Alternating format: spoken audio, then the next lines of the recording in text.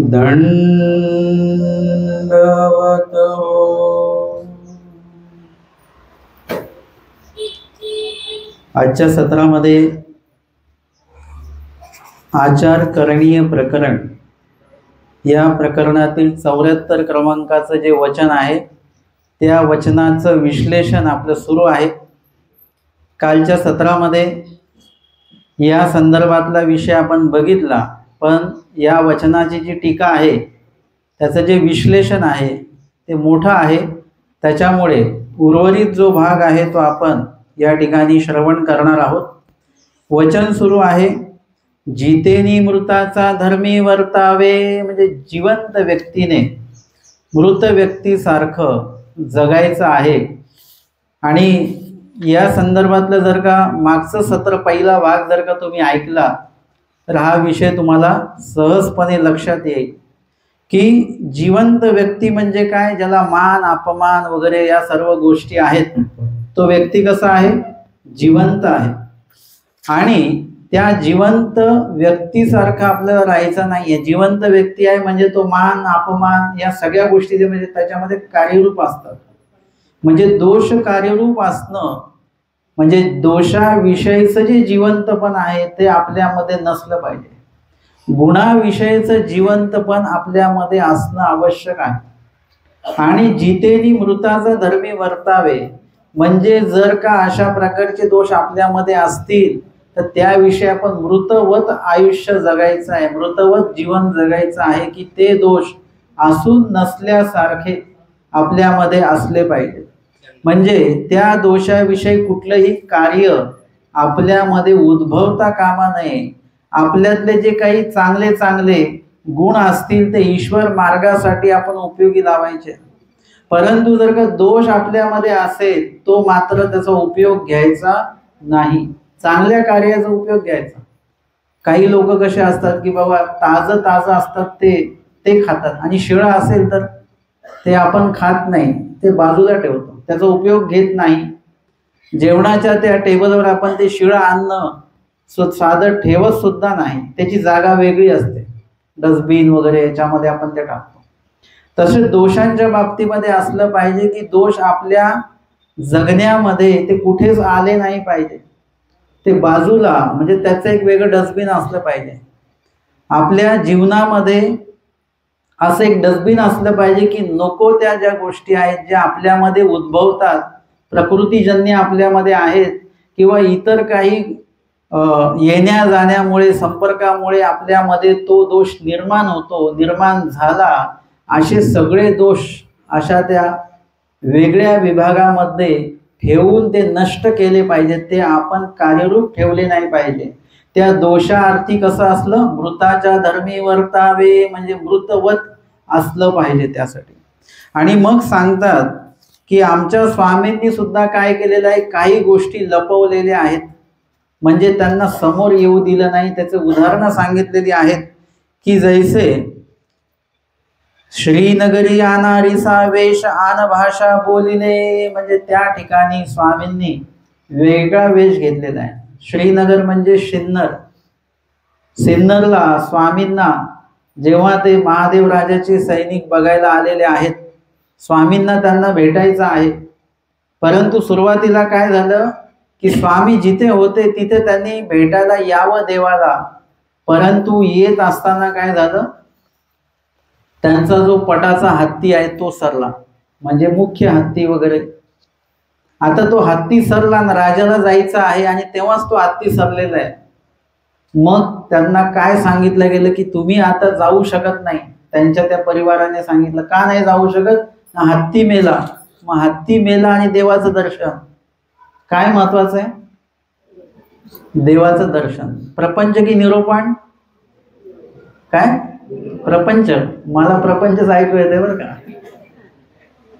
काय महत्वाचं आहे, हत्ती मेला. परंतु त्या काळापासून आज काळापर्यंत जी अंधश्रद्धात्मक जो काही भाग आहे की तो भाग तेव्हा पण आम्हाला दिसून येतो. आणि ते म्हणतात की नाही आता तो अपशकुन झालेला आहे, आता तुम्ही जाऊ शकत नाही. राजा थांबून गेला. मग दुसऱ्या दिवशी निघालेला आहे, दुसऱ्या दिवशी पण स्वामी तिथेच आहेत की हे येतील. परंतु दुसऱ्या दिवशी एवढा मोठा पाऊस आला की त्या पावसामुळे त्यांना जाता आलं नाही. हे आपल्या आयुष्यातलीच कारण आहेत सगळी. आणि त्या दिवशी पण तो स्वामींच्या भेटीला गेला नाही. आणि मग तिसऱ्या दिवशी निघालेला. आता तो म्हणाला आता देह जाओ अथवा राहो, काही पण झालं, राज्य गेलं तरी चालेल, पण मी आज देवाच्या भेटीला जाणार. हा पण जो आहे तो पहिल्या दिवशी पाहिजे होता, दुसऱ्या दिवशी पाहिजे होता, तो तिसऱ्या दिवशी म्हणजे खूप उशिरा झाला. तुम्ही जर का म्हटले की 16 तारखेनंतर मी पोथीला जाणारच, तर 16ला पोथीची समाप्ती आहे. मग तो पण तेव्हा करून काही उपयोग नाही. तशा पद्धतीने या ठिकाणी स्वामींनी काय केलेले, 2 दिवस स्वामींनी सुद्धा वाट बघितली, पण तिसऱ्या दिवशी स्वामी मात्र तिथून निघून गेले. तो राजा तिथे पोहोचला, स्वामींची भेट झाली नाही. तेव्हापासून तो स्वामींचा शोध घेतोय. आणि स्वामी सिन्नरला हे कळाल्यानंतर त्यांनी आपले सैनिक पाठवलेले आहेत. आणि मग त्या सैनिक, आमचे स्वामी ज्या भिल मठामध्ये होते तिथे ते सैनिक आलेला आहे. आणि त्यांनी स्वामींना विचारलं, तिथे स्वामी होते, स्वामींनी काय केलं, वेगळा वेश घेतलेला आहे आणि गुजर वेश घेतला आणि गुजर भाषा आमचे स्वामी बोलले त्या खांबाच्या मागे उभं राहून. म्हणजे त्या वेश घेऊन सुद्धा परत स्वतःला लपवलेला आहे. कारण की स्वामींची श्रीमूर्ती कशी आहे, चांपे गौर आहे, तेजस असं आहे, लगेच ते ओळखू येणारच. परंतु म्हणून स्वामी त्या खांबा मागे लपतात. आणि आजही तो खांब, आपण जर का सिन्नरला गेलो तो नमस्कारी आहे, तो खांब जर का बोलायला लागला तर तो सगळी घटना त्यावेळेची आपल्याला सांगू शकतो बरं का. मी कधी सिन्नरला गेलो तर मला खूप वाटतं की तो खांब बोलला पाहिजे, तो खूप काही सांगू शकतो आपल्याला. त्यावेळी स्वामींनी गुजर भाषेमध्ये सांगितलं की येत चांगदेवराव नेनो ना बांगदेवराव नेनो, म्हातारी एकीचे ते गावा माई भिक्षा मागन गयेचे, असं स्वामी गुजर भाषेमध्ये बोलले. आणि मग तो सैनिक तिथून निघून गेला. आणि तिथे सुद्धा महादेवराजा स्वामींची भेट झाली नाही. इथे स्वामींनी काय केलेले, स्वतःला आच्छादलेला आहे. आपल्यातले गुण उपयोगी केले पाहिजेत, परंतु त्याचं श्रेय मात्र आपण लपवता आलं पाहिजे आपल्याला. ते श्रेय आपण कधी घ्यायचं नाही. खूप आनंद असतो बरं का याच्यामध्ये, चांगलं कार्य करायचं पण त्याचं श्रेय आपण कधीच नाही घ्यायचं, ते दुसऱ्यांना देऊन मोकळं व्हायचं. खूप आनंद मिळतो याच्यामध्ये. नाही तर चांगलं कार्य करायचं आणि त्याच्या श्रेयाची वाट जर का बघायची आपण, याच्यामध्ये खूप दुःख आहे. सगळेच लोक आपल्याला श्रेय देतात असं नाही, किंवा देतात तर तेवढ्याच गुणवत्तेचं श्रेय देतात असं नाही, कमी जास्त देतात, त्याच्यामध्ये आपण दुःखी होतो. त्याच्यापेक्षा श्रेयाचं कुठली वाटच बघायची नाही, श्रेय प्राप्त होईल आपल्याला. म्हणून हे जितेनी मृताचा धर्मी वर्तावे, चांगलं कार्य करायचं आणि स्वतःला लपवून घ्यायचं. म्हणून ऐसेनी पुरुषे मृताचा धर्मी वर्तावे, म्हणजे ज्यांच्यामध्ये दोष आहे तो दोषही लपवायचा. आणि जर का गुण आहे आणि त्या गुणामुळे तुम्ही प्रकाशल्या जाता आणि त्याच्यामुळे तुमच्या धर्मामध्ये अडचणी निर्माण होत असतील, जसं आमच्या नीळभट्टांनी चांगलं कार्य केलेलं आहे बरं का. ती शाळा पडतंय सांगितलं आणि ते मुलं सगळे वाचले. आमच्याकडे सांगताना असं सांगतात की बाबा त्यांना त्याचा क्षोभ झाला आणि बहिरेतीचा त्रास झाला त्यांना. मुळात त्या दोन्ही घटनेमध्ये महद अंतर आहे, मोठा अंतर आहे. ते चांगलं कार्य केलेलं आहे आणि त्याच्यामुळे आता स्वामी रागावलेले पण आहेत. स्वामी का रागावले? स्वामी असं नाही म्हटलं त्या मुलांना तुम्ही का वाचवलं, असं तुम्ही बाहेर सांगून बघा समाजामध्ये, त्या मुलांना वाचवलं म्हणून आमचे स्वामी रागावले. कसं, कुठलं इम्प्रेशन पडणार आहे आपलं? त्याच्यासाठी रागवलेलंच नाही. लीळा जर का आपण व्यवस्थित वाचली तर स्वामी वेगळ्या कारणासाठी रागवलेले आहेत. स्वामी रागवले ते उशिरा आले म्हणून सुद्धा स्वामी रागवलेले नाहीत. उशिरा येण्याचं जे कारण आहे त्याच्यामुळे स्वामी त्यांच्यावर रागवलेले आहेत. त्यांनी काय केलं, चांगलं कार्य केलंय आणि त्याचा मान सन्मान जो आहे त्या मोबदल्यामध्ये तोही त्यांनी घेतलेला आहे. स्वाभाविकच आहे की ते जे आई वडील आहेत मुलांचे, त्यांनी त्यांचं आगत स्वागत, चांगली भिक्षा, गंध टिळा सगळं केलेलं आहे, पाठ बसायला दिलेलं आहे त्यांना.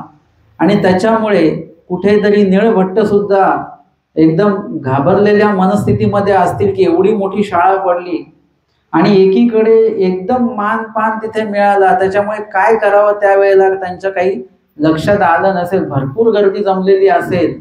मग त्यावेळेला तो जो काही वेळ लागलेला आहे आणि त्या वेळामध्ये जी मान मान्यता पूजा पुरस्कार स्वीकारला गेलेला आहे त्याच्यामुळे स्वामींकडे यायला वेळ लागलेला आहे. चांगल्या गुणांचं श्रेय घेण्यासाठी ते उपस्थित का नाही राहावं, थांबावं का नाही, त्याचं कारण हे आहे की त्या मान सन्मान जर का आपण स्वीकारत राहिलो तर त्याचं एक सुख वेगळं असतं बरं का.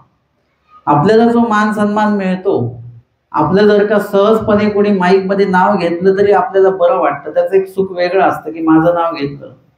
किंवा बाबांनी, मोठ्या बाबांनी आपल्याला बोलवलं तरी त्याचं एक आनंद, मला बाबांनी बोलवलं, मला आता हा दैवपैकीचा आनंद आहे म्हणून ठीक आहे, पण कर्मपैकीचा जर का आनंद असेल तर मग त्याच्यानुसार काय होतं, आपल्यामध्ये अहम भाव निर्माण होऊन जातो. आणि जेवढ्या वेळ तुमच्यामध्ये तो दोष कार्यरूप राहतो तेवढ्या वेळ ईश्वराचं जे काही स्मरण असेल, ईश्वराच्या संबंधित जे काही चिंतन असेल ते तेवढ्या वेळ आपलं थांबून जातं. आणि थांबल्यानंतर तेवढं अंतर आपलं देवातलं आणि आपलं वाढतं. आणि म्हणून स्वामी सांगतात, जे निष्काम कर्म जे सांगितलं त्याचं कारण ते आहे की बाबा कर्म करा पण त्याच्या फळाची अपेक्षा तिथे थांबू नका. आता माझं नाव घेतील, सत्कार करतील, मान सन्मान करतील, नाही, आपलं नाव आलंच नाही पाहिजे. आपल्याला फक्त कानावर आलं पाहिजे की चांगलं, हे कार्य चांगलं झालेलं आहे, हे पदार्थ चांगला झालेलं, एवढंच कानावर आलं पाहिजे की सगळ्यांना आवडलं बरं का. अशाच पद्धतीने आपण अजून क्रिया आपली वाढती ठेवूया. परंतु नीळभट्टांनी काय केलं, त्या ह्याच्यामध्ये ते राहिले, वेळ लागला. आणि मग स्वामी विचारतात, उशीर का झाला बरं. त्यांनी सांगितलं, देवा असं असं झालं आणि त्याच्यामुळे ते मान सन्मान सगळं ते करत राहिले आणि मला यायला उशीर झाला.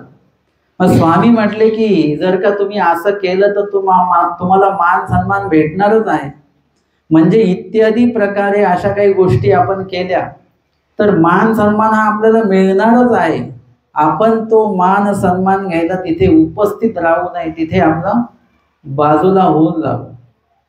आणि जर का तुम्ही हा मानपान स्वीकारत राहिलात तर तुम्हाला मानपान मिळत राहील, पण आम्ही मात्र भेटणार नाही. तेव्हा ते म्हणाले, जी ऐसे न व्हावे. सांगत असं नाही केलं तर नाही होणार. म्हणजे तुमच्यातलं आमच्यातलं अंतर वाढता कामा नये, ते कमी झालं पाहिजे. आणि आपण जर का या गोष्टींमध्ये अडकलो तर काय होईल, आपण ईश्वराशी थोडेसे अंतरल्या जाऊ, ईश्वर आपल्याशी अंतरल्या जातील. म्हणून पुरुषे मृत्याचा धर्मे वर्तावे, म्हणजे दोषार्थी मृत असावं आणि ते गुणाचं श्रेय घेण्यार्थी सुद्धा आपण मृत असलं पाहिजे.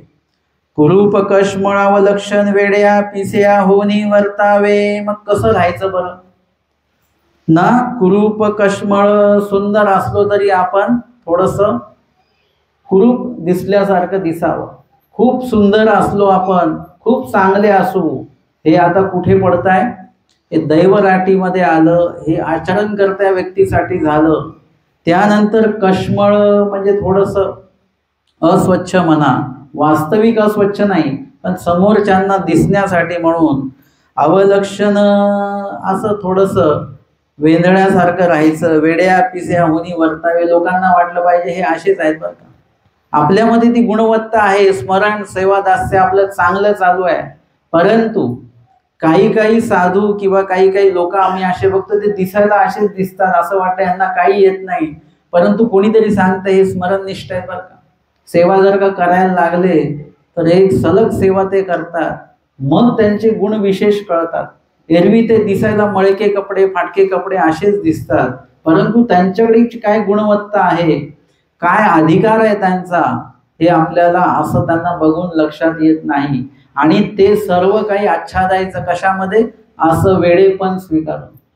आमचे श्री प्रभूंविषयी आम्ही काय म्हणतो, राऊळ वेडे राऊळ पिसे, हे वृद्धपूर मधले लोक म्हणायचे. आपण काय म्हणतो, श्री प्रभूंची वेडी पिसी मूर्ती होती.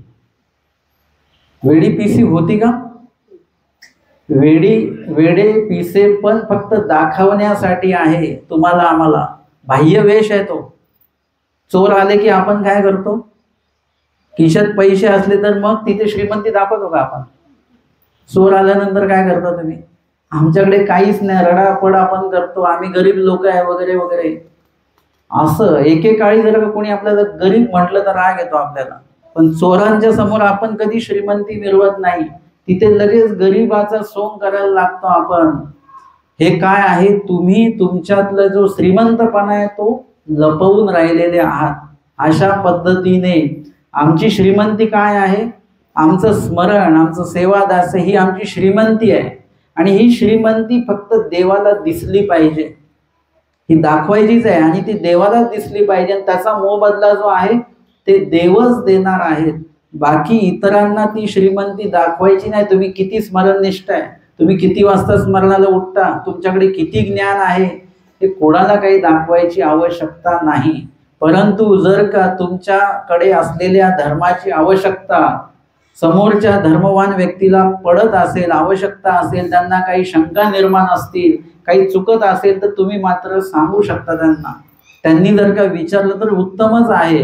म्हणजे तुमच्या धर्माचा उपयोग पुढीलाचा धर्म वाढविण्यासाठी झाला पाहिजे, तुमचा अहंकार वाढविण्यासाठी झाला नाही पाहिजे, तुमची मान्यता प्रसिद्धी वाढविण्यासाठी झाला नाही पाहिजे. अशा प्रकारे वेड्या पिस्या होनी वर्तावे, जैसे औसे चिंच बरटा तोंडी लाविती. जसं औसा या सुंदर आहेत दिसायला, ते काय करायच्या की जोगी वेश होता त्यांचा, भिक्षेला वगैरे जायच्या आणि मग सुंदर दिसायला आहे, मग त्याच्यामुळे पुढे काहीतरी धोका प्राप्त होऊ शकतो म्हणून चिंच बरटा म्हणजे चिचुक्यांचं जे काही त्या बिया असतात ते घासून जी पेस्ट तयार होईल ती चेहऱ्याला लावायची. तुम्ही लावून बघा आता घरी गेल्यावर कसा दिसतो चेहरा. तशा आमच्या औसा दिसायच्या. म्हणजे ते सौंदर्य काय करायच्या, लपवायच्या. ते लपवणं जे आहे त्याच्यामध्ये त्यांचं धर्मरक्षण आहे. धर्मरक्षणासाठी इत्यादी काही गोष्टी करायच्या आहेत. त्यानंतर पुढीलाला दोष निर्माण होऊ नये अशा प्रकारचं आपली वेशभूषा पण तशी असली पाहिजे. तुम्ही मार्गामध्ये जाता, तुम्ही देवपूजेला येता, तुम्ही निरूपणाला येता, तुम्ही अधिकरण भेटीला जाता, साधू भेटीला जाता, अशा वेळेला तुमचा वेश कसा असला पाहिजे हे तुम्ही स्वतः ठरवायचं आहे. आपल्या देहाचं प्रदर्शन कुठल्याच अंगाने होता कामा नये. समोरच्याला सुद्धा कुठल्याच प्रकारे दोष निर्माण नाही झाला पाहिजे. आपलं कसं असतं की त्यांना दोष निर्माण झाला म्हणजे तो चुकीचा आहे, पण त्याला तो दोष का निर्माण झाला त्याला जबाबदार काही अंशी आपण पण असतो. तर तसं होता कामा नये. म्हणजे आपण आपली काळजी स्वतः घ्यायची आहे. म्हणून आमच्या स्वामींनी स्त्रियांसाठी जी वचनं सांगितली, आमच्या दुसऱ्या सत्रामध्ये ती स्त्रियांची वचनं सुरू आहेत की स्त्रियांनी कशा प्रकारचं वस्त्र परिधान करावं, कसं राहावं वगैरे. आणि तोच अर्थ पुरुषांसाठी पण आहे, नुसत्या स्त्रियांसाठी नाही. तोच अर्थ पुरुषांसाठी सुद्धा आहे की त्यांनी सुद्धा त्यांची वेशभूषा कशी असावी याचं स्वामींनी निरूपण केलेलं आहे. अशा पद्धतीने या ठिकाणी आमच्या औसा स्वतःला लपवत होत्या, स्वतःचं सौंदर्य लपवत होत्या आणि भिक्षेला जात होत्या.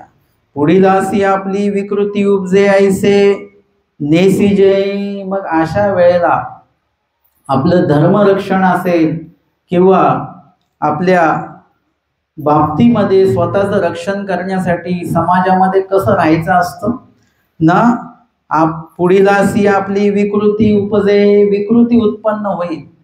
कारण की अजून एक गोष्ट असते की बाबा तुमच्या संपर्कात जेवढे लोक राहतील तेवढं तर आपल्याला चांगलंच वाटतं, लोकांमध्ये राहणं आपल्याला चांगलं वाटतं. परंतु जेवढे लोक असतील आपल्या संपर्कात तेवढी गर्दी असेल तेवढा आपला देवधर्म कमी कमी होतो. आमचे स्वामी एकीकडे म्हणतात की एकला विजया. कशासाठी? जेवढं तुम्ही एकांतामध्ये धर्म आचरण करा तेवढं लोकांतामध्ये होत नसतो. निमित्तविधी मध्ये धर्म आहे, पण निमित्तविधीतले सगळे लोक स्मरण करणारे आहेत, सगळे लोक लीळा वाचणारे आहेत, सगळे लोक पोथी ऐकणारे आहेत, सगळे लोक सेवादास्य करणारे आहेत. म्हणजे ईश्वर पैकीचा विधी सोडून कोणीही त्या ठिकाणी वेगळं आचरण करत नाही. असे निमित्तविधी मधले लोक असतात म्हणून निमित्तविधीमध्ये उजळता येते. परंतु तुम्ही बहुत लोकांमध्ये राहिले जे कर्मराटीतले आहेत, कर्मपैकीचे विचार बोलणारे आहेत, पोथीच्या आधी जर का आपण अन्यवार्ता करत असू तर कालच्या सत्रामध्ये काय विषय झाला, आजच्या सत्रात काय विषय होणार याची कुठलीच लिंक तुम्हाला लागणार नाही. आणि म्हणून धर्मयुक्त बोलणारा व्यक्ती आपल्या संपर्कात असेल तर काहीच हरकत नाही, अशी किती जरी गर्दी असली तरी चांगलंच आहे. परंतु धर्म व्यतिरिक्त बोलणारी गर्दी असेल तर एक माणूस सुद्धा तो चालणार नाही. आणि म्हणून अशा लोकांचा संपर्क जर का आपल्याला टाळायचा असेल तर काय करावं लागेल, पुढील अशी आपली विकृती उपजे म्हणजे स्मृतीस्थळामध्ये येतं ना, त्या स्त्री त्यांच्याकडे वेधलेल्या आहेत. कशामुळे वेधल्या? माझं सौंदर्य बघून, पुरुष व्यक्तीचं सौंदर्य बघून. आणि त्यांनी काय केलं, यशराजबासांनी स्वतःचं सौंदर्य ते लोपून टाकलं, स्वतःला कृश केलं त्यांनी आणि मग गेले. आणि त्या व्यक्तीने काय केलं, त्यांना बघून जी वेधले गेली होती कोण्या काळी, त्यांच्याकडे बघून ते थुकले. त्यांना एवढी विकृती किळस वाटली. म्हणजे अशा प्रकारचं स्वतःला बदलता आलं पाहिजे की दोषवंत व्यक्ती जो आहे तुमच्या संपर्कात त्यांनी आलंच नाही पाहिजे. ऐसे नेसीजे, आणि अशाच प्रकारचं वस्त्र परिधान सुद्धा खूप चांगले वस्त्र नेसू नये. आमच्या अस्थिपरीच्या गुड्यामध्ये सांगितलं नवे वस्त्र न नेसावे. का बरं? आपल्याला तर सगळीकडे जायचं तर नवीन वस्त्रच आपण नेसत असतो. चांगलं दिसलेले पाहिजे, आपलं स्टेटस चांगलं झालं पाहिजे, आपल्या हातामध्ये फोन पण त्याच कंपनीचा पाहिजे, आपलं स्टेटस दिसलं पाहिजे लोकांना. परंतु लक्षात घ्या, तिथे म्हणतात की नवे वस्त्र का नेसू नये. नवीन वस्त्र जे चोर असतात त्यांना बरोबर कळतं की कोणाकडे द्रव्य आहे कोणाकडे नाहीये. मग आपल्याकडे आपले वस्त्र सुद्धा चांगले आहेत, सगळ्याच बाबतीत चांगले, मग ते बघतात बरोबर. ते TC असतात त्यांना बरोबर कळतं तिकीट कोणाकडे नाहीये, लगेच लक्षात येतं, ते बरोबर त्याच व्यक्तीला पकडतात. तसं चोर दरोडेखोर असतील आणि त्यांनी जर का अशा प्रकारे आपले वस्त्र चांगले बघितले तोही जीवाला धोका आहे. अर्थात ते वचन ज्यांनी जे चर्या करणारे आहेत, साधू आहेत, त्यांच्यासाठी म्हणून ते वचन आहे. परंतु आपल्याला आपल्या गृहस्थ वेशामध्ये धर्म आचरण करत असताना सुद्धा या वचनाचं कुठेतरी अनुपालन करता येतं. तुम्ही जर का मार्गात जाणार असाल, एकदम कडक कपडे घातलेले असतील, इस्त्री वगैरे केलेले धुतलेले, तर आपण तिथे सेवा करू का? करता तुम्ही सेवा? त्या ठिकाणी जाताना साधारण कपडे घालून जा की आपल्याला मन मोकळेपणाने सेवा करता आली पाहिजे. कपड्यांचं जो अडथळा आहे म्हणजे चांगले कपडे खराब होतील हा जो काही विचार आहे तो विचारच नाही आला पाहिजे त्याच्यामध्ये. म्हणून नवे वस्त्र न नेसावे, आता हा आपल्या वासनिकांसाठी म्हणून तो आचार आहे. आणि म्हणून ऐसे नेसीजे म्हणजे असेच वस्त्र नेसा. ऐसे पांघुरीजे, ऐसे चालीजे, ऐसे बोलीजे, वेडे ऐसे बैसीजे, ऐसे उठीजे, ऐसे जेवीजे. जे तुमच्यातला धर्म पक्का आहे, चांगला आहे, स्मरण चांगलं आहे, परंतु इतरांना मात्र त्याचं प्रदर्शन करू नका. सर्वात पहिले महत्वाचं, लोक सांगतात का की पगार किती आहे? सांगतं कोणी? आमचं महिन्याचं उत्पन्न किती कोणी सांगतं का?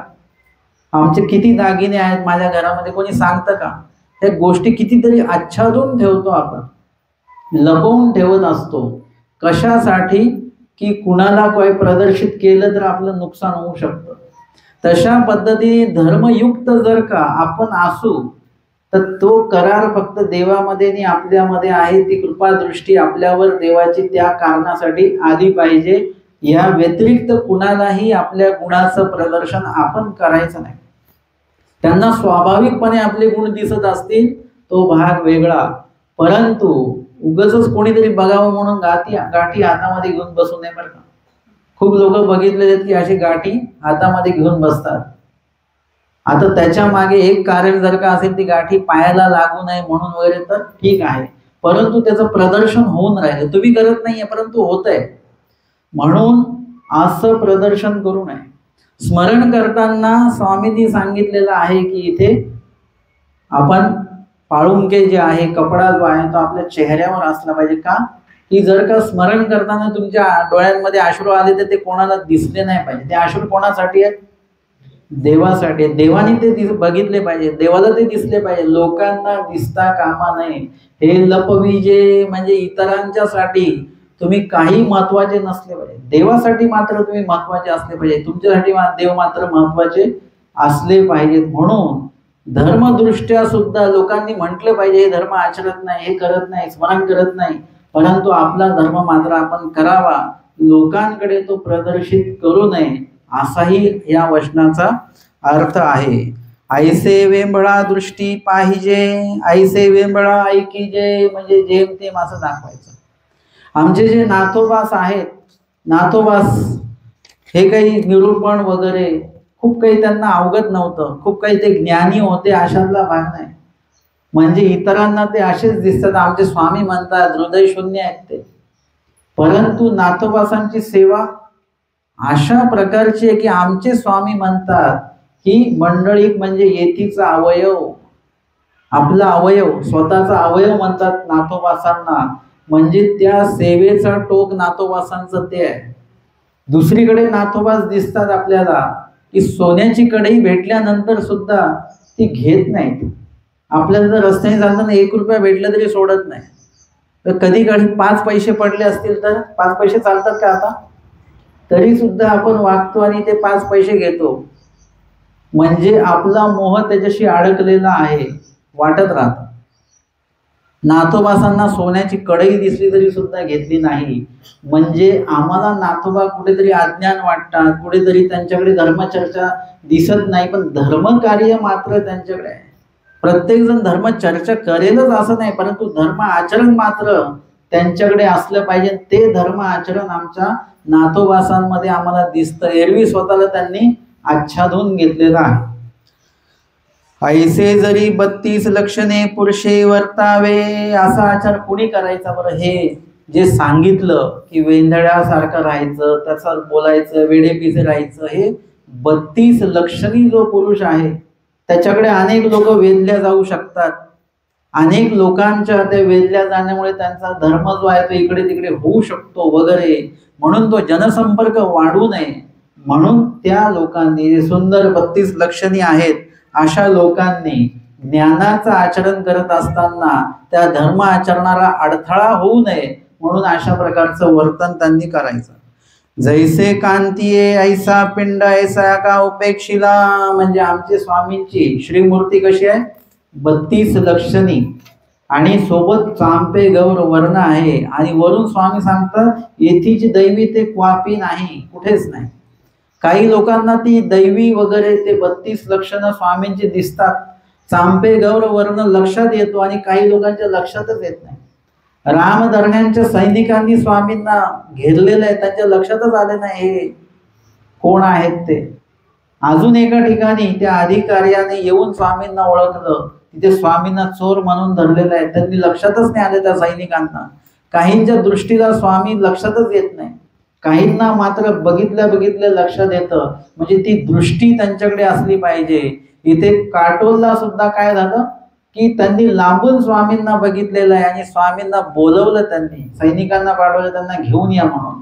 आणि घेऊन आल्यानंतर स्वामींची श्रीमूर्ती अशी समोर बघितली, चांपेगर वर्ण, आणि ते म्हणतात की बाबा ऐसा पिंड का उपे केला, म्हणजे असं सुंदर पिंड असताना याची उपेक्षा का करताय तुम्ही? इथे आम्हाला बघायला मिळतं की आमच्या स्वामीची सुंदर अशी सौंदर्य लावण्ययुक्त ती श्रीमूर्ती आहे, परंतु त्या ठिकाणी आमच्या स्वामींचे जे काही केस आहेत त्याच्यामध्ये काही काय अडकलेलं आहे. इथे स्वेदाचे बिंदू बिंदू आहेत, खरचटलेलं आहे, ओरखडलेलं आहे. कुठलेही चांगला वेश स्वामींच्या श्रीमूर्तीवर नाही आहे. म्हणजे स्वतःला स्वामी स्वतःचे गुण त्या ठिकाणी आच्छादतात.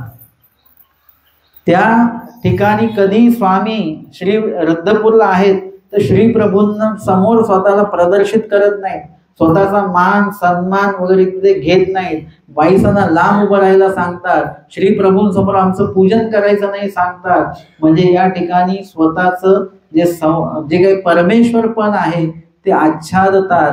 ते श्री प्रभू पण परमेश्वर अवतारच आहेत, हे पण परमेश्वर अवतारच आहेत, परंतु गुरु निमित्त सुरुदान पुढे कसं वर्तन करावं याचं आचरण त्या ठिकाणी आम्हाला ते दाखवत आहेत. आणि म्हणून इथे काटोलला सुद्धा स्वामींनी काय केलेलं आहे, आपलं ते सौंदर्य जे आहे ते लपवलेलं आहे. तरी कुरूप अवलक्षण कश्मळतेने पुरुषे लिसी पुसी कैसी करावी. जर का 32 लक्षणी पुरुषाने स्वतःचं सौंदर्य आच्छादायला सांगितलं तर जो कुरूप आहे, सावळा आहे, त्यांनी मग लिसी पुसी म्हणजे स्वतःच देहाला सुंदर त्यांनी करायचं नाही. लिसी पुसी म्हणजे ते काही पावडर वगैरे जे काही लावतात, हे असं काही स्वतःच जे काही आखीव रेखीवपणा आहे तो वाढवायचा नाही. म्हणून मसी गसी लितल्या असावे परी जीतना, म्हणजे अशा प्रकारे आपल्या देहाला मळी माती वगैरे अशी लागलेली असावी आणि आपलं सौंदर्य जे आहे ते लपवावं. जीता म्हणजे जैसा जाधवाचा कटकी, जावगी नावे राऊत तो बरवा. जीता म्हणजे काय बरं? जितेनी मृताचं धर्मी असावे असं वचन आहे. तर जिवंत तो कोण न तिथे सांगितलं की जाधव जे कोणी होते त्यांच्या कटकी म्हणजे त्यांच्या सैन्यामध्ये जावगी नावे एक राऊत होता, अधिकारी होता, तो सर्वात सुंदर होता, म्हणजे त्याची त्या काळामध्ये प्रसिद्धी होती. तो जिवंत आहे म्हणजे त्याच्यामध्ये बळ पराक्रम वगैरे सर्व आहे. हा जितेयांत आणि गोसावी जयाचे पुर उठविले ते पुरुष, म्हणजे हरिपाळ देवांचं पुर उठवलं. ते सुद्धा कसे होते? हरिपाळ देव पराक्रम त्यांच्यामध्ये होता, 32 लक्षणी त्यांचं देह होतं आणि शूरवीर होते ते, आणि ते सुद्धा जितेयांत असे पुरुष. आणि ढोरेश्वरी सामान्य स्त्रिया परिती म्हणितले अन्यत्र ज्यात ते पुरुष जितेयांत, म्हणजे जे सामान्य स्त्रिया भेटल्या स्वामी त्यांना म्हणतात, ते स्वामींची जे काही विकाराने स्वामींचं वर्णन ते करत असतात आणि तेव्हा स्वामी म्हणतात आता तुम्ही आमच्या काही मागे येऊ नका, बाकी जे कोण पुरुष असतील त्यांच्या मागे जा, म्हणजे जे स्वामींसारखे असतील थोडे सुंदर बर्वे वगैरे अशांच्या मागे जा. तर ज्यांच्याविषयी स्वामी उल्लेख करतात ते जितेयांत. आणि रद्दपुरा आले ते पुरुष जे आहेत कठडीनाथ, ते सुद्धा सुंदर होते, 32 लक्षणी होते ते. मग तया खालुता जो जे तुला बरवा तो ते तुला लक्षणवंत. आणि मग ज्यांच्याकडे जेवढं, कोणाकडे 32, कोणाकडे 31, कोणाकडे 28, कोणाकडे 25 असे लक्षणं असतील, आपल्याकडे सुद्धा त्या 32 लक्षणापैकी 1, 2, 3 काही ना काही लक्षणं आपल्याकडे देहामध्ये असणारच आहे. जो जेतुला सहाना, सहाना म्हणजे पुढीलाचा मनोधर्म जाणणारा, समोरच्यांच्या मनामध्ये काय सुरू आहे, बोलण्यात एक आहे आणि विचारामध्ये एक आहे, हे स्वतःच्या कुशलतेने तो जाणणारा तो सहाना. तेतुल तेतुला जितेयांत, तो सुद्धा हुशार आहे. आपल्याला पण जर का कोणी आपण बोलायच्या आधी समोरचा जर का ओळखून घेत असेल तर त्याच्याबद्दल आपल्याला विशेषता वाटते की त्यांना लगेच कळतं बरं का आपल्याला काय बोलायचं आहे काय नाही. म्हणजे असे जे पुरुष आहेत ज्यांच्याकडे एक वेगळा गुण आहे तर तो सुद्धा जिवंत या पदामध्ये येतो. येर मृत्यांत, ज्यांच्याकडे कुठलाच गुण नाही तो मृत याच्यामध्ये येतो. म्हणजे या वचनामध्ये किंवा या टीकेमध्ये असं सांगितलेलं आहे की जो जो गुण आपल्याकडे असेल, आतापर्यंत आपण दैहिक सौंदर्याच्या बाबतीमध्ये बोलत होतो, परंतु आता विषय थोडासा बदलतो की तुमच्याकडे काय काय गुण आहे. तुम्ही स्वयंपाक चांगला बनवता हे तुमचं जिवंतपण आहे. तुम्ही एखादं व्यवस्थापन चांगलं करता हे तुमचं जिवंतपण आहे. तुम्ही चांगल्या पद्धतीने बोलून समोरच्याकडनं ते काम करून घेता हे सुद्धा जिवंतपण आहे. आता तुमच्या लक्षात येईल की आपल्याकडे काय काय जिवंतपणा आहे.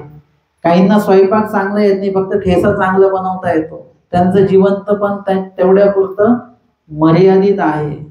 म्हणजे प्रत्येकाकडे काही ना काही गुण आहे.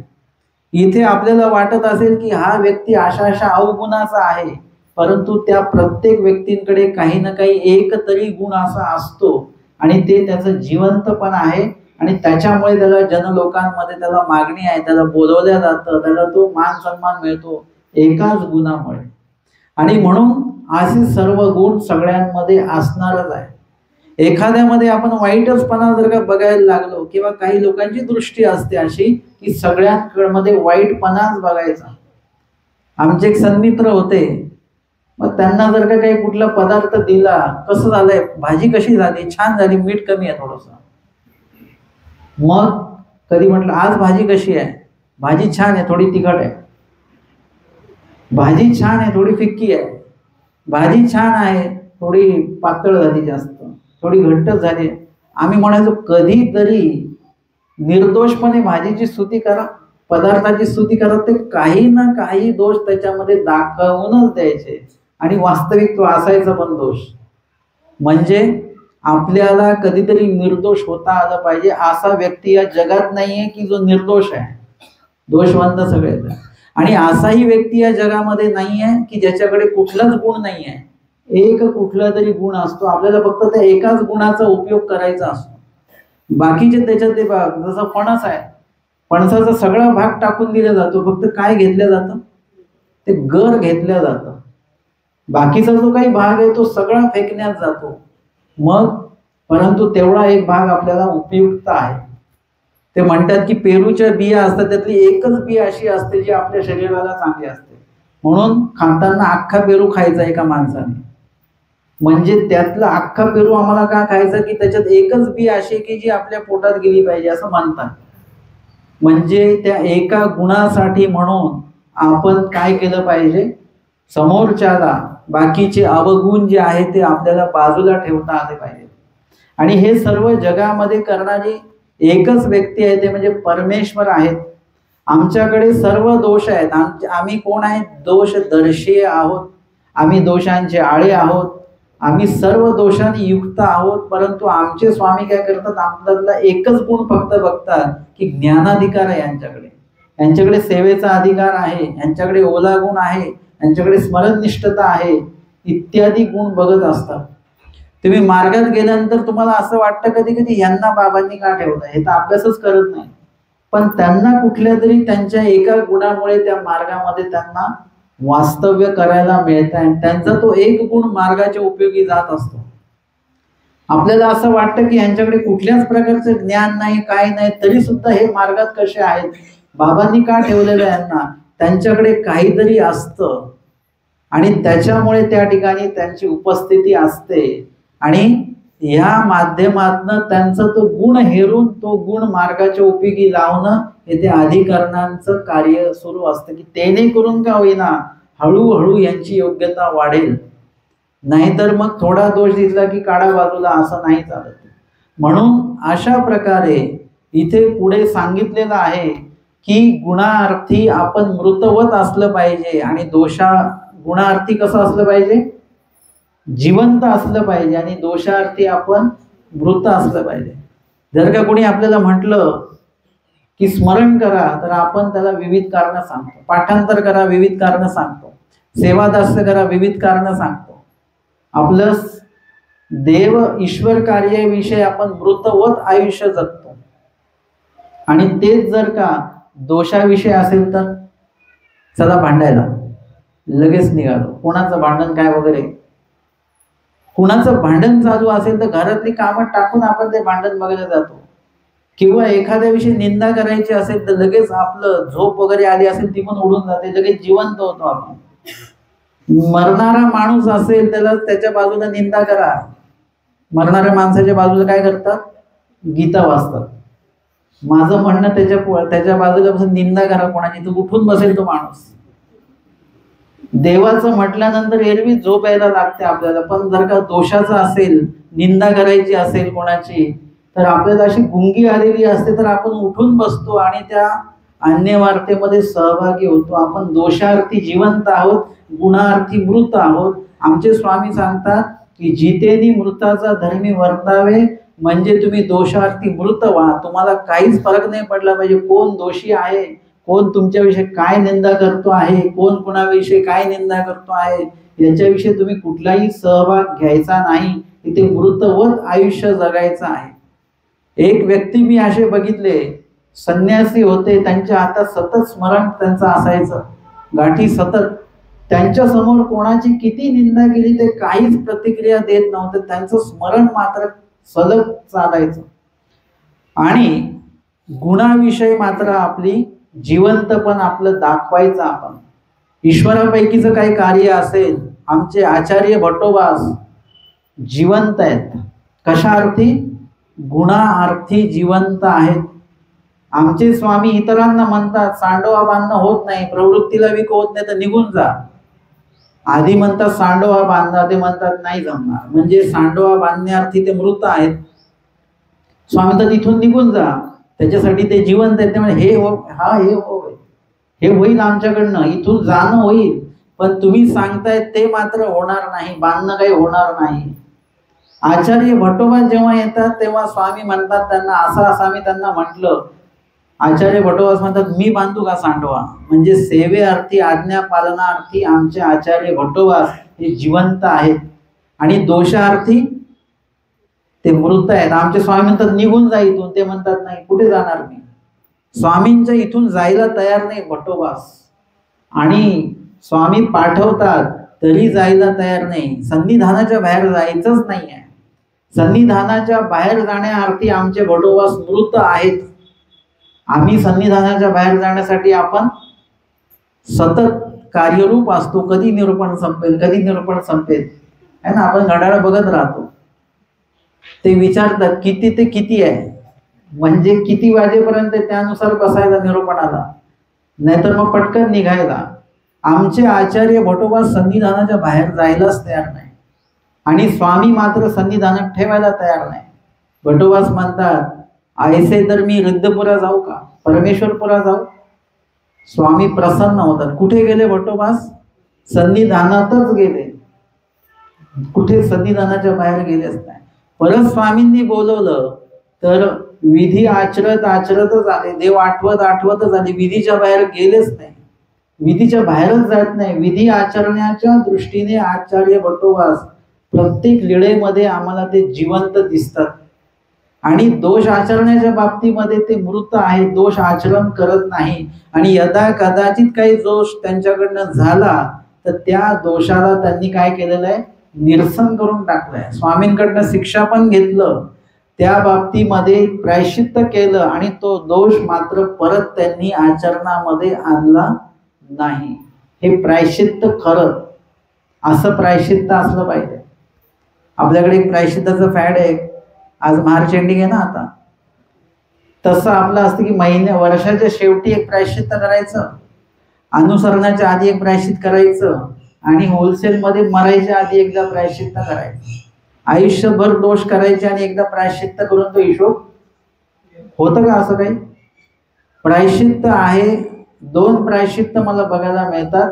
एक आमच्या बाईसांचं प्रायश्चित्त आहे आणि एक आमच्या भटोबासांचं आहे, की ज्या दोषाविषयी प्रायश्चित्त केलं तो दोष त्यांनी परत कधीच आचरला नाही, याला प्रायश्चित्त असं म्हणतात. प्रायश्चित्त म्हणजे खूप मोठ्याने रडणं, डोळ्यातनं पाणी येणं, दुःख करणं, हे एवढंच प्रायश्चित्त नाहीये. प्रायश्चित्तामध्ये हे पण पाहिजे आणि तो दोष परत आपल्या आचरणात नाही आला पाहिजे. अशी जर का क्षमता आपल्यामध्ये असेल तर आयुष्यामध्ये एकच प्रायश्चित्त आपल्यासाठी खूप महत्वपूर्ण. एकदाच प्रायश्चित्त करायचं. प्रायश्चित्ताच्या आधी दोष आणि प्रायश्चित्ताच्या नंतर एकही दोष आपल्याकडनं घडणार नाही याची दक्षता घ्यायची, आणि घडला जरी त्याचं निरसन प्रायश्चित लगेच करून अशा पद्धतीने आपण आपलं आयुष्य चालायचं. या अर्थी आपण जिवंत जर का असलो गुणार्थी तर आपल्याकडनं दोष कधीच घडणार नाही, आणि दोषार्थी जर का मृत असलो तर दोष घडला तरी तो परत वाढणार नाही, तो लगेच तिथल्या तिथे प्रायश्चित्त करून आपण त्याचं क्षालन करून टाकू. अशा प्रकारे जितेनी मृताचा धर्मी वर्तावे या वचनामध्ये दोन्ही जे भाग आहेत, गुणार्थी आणि दोषार्थी, दोन्हीचं निरूपण आमच्या स्वामींनी या वचनाच्या माध्यमातून केलेलं आहे. या वचनाचं पुढील जो काही संदर्भ आहे, उर्वरित भाग आहे, तो उद्याच्या सत्रामध्ये आपण घेणार आहोत. दंडवत